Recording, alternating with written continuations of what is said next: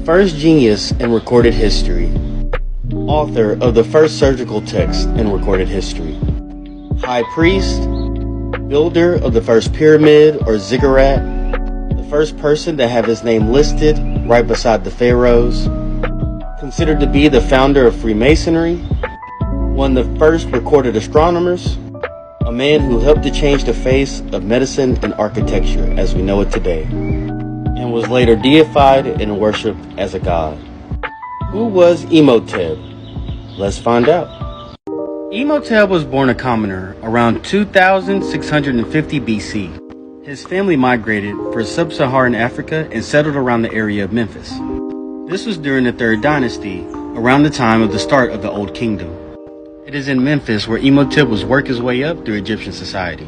He is most famous for his work that he did under the reign of Pharaoh Djoser, and we find Imhotep's titles inscribed on monuments to King Djoser. Imhotep was the high priest of Ptah in Memphis. He was the high priest to Ra in Heliopolis.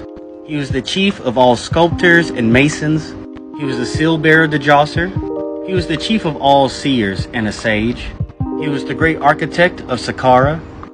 Many scholars believe that he was the author of the Edwin Smith Papyri, a detailed medical and surgical papyrus. And 2,000 years after his death, he would become deified. After Imhotep died, many legends started to grow surrounding his name. Many of these legends centered around him being a great magician.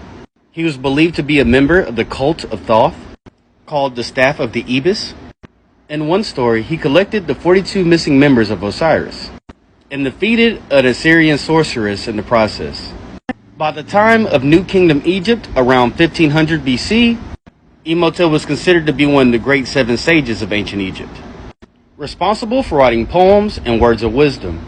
In 525 BC, he would be deified and would have temples built to him in Memphis and Philae.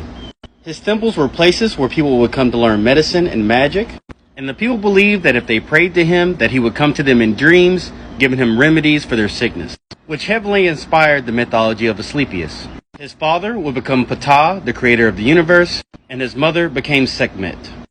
Some scholars have also tried to link Imhotep with Joseph from the Bible. Not only did the two men share the same title, chief under Pharaoh and chancellor, they are both linked with a story of 7 years of famine and 7 years of plenty, both being in charge of grain distribution.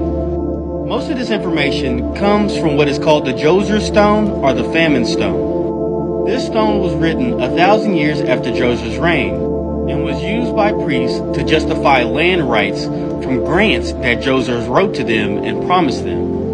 The story speaks on how Djoser's heart was troubled that his people were suffering a famine.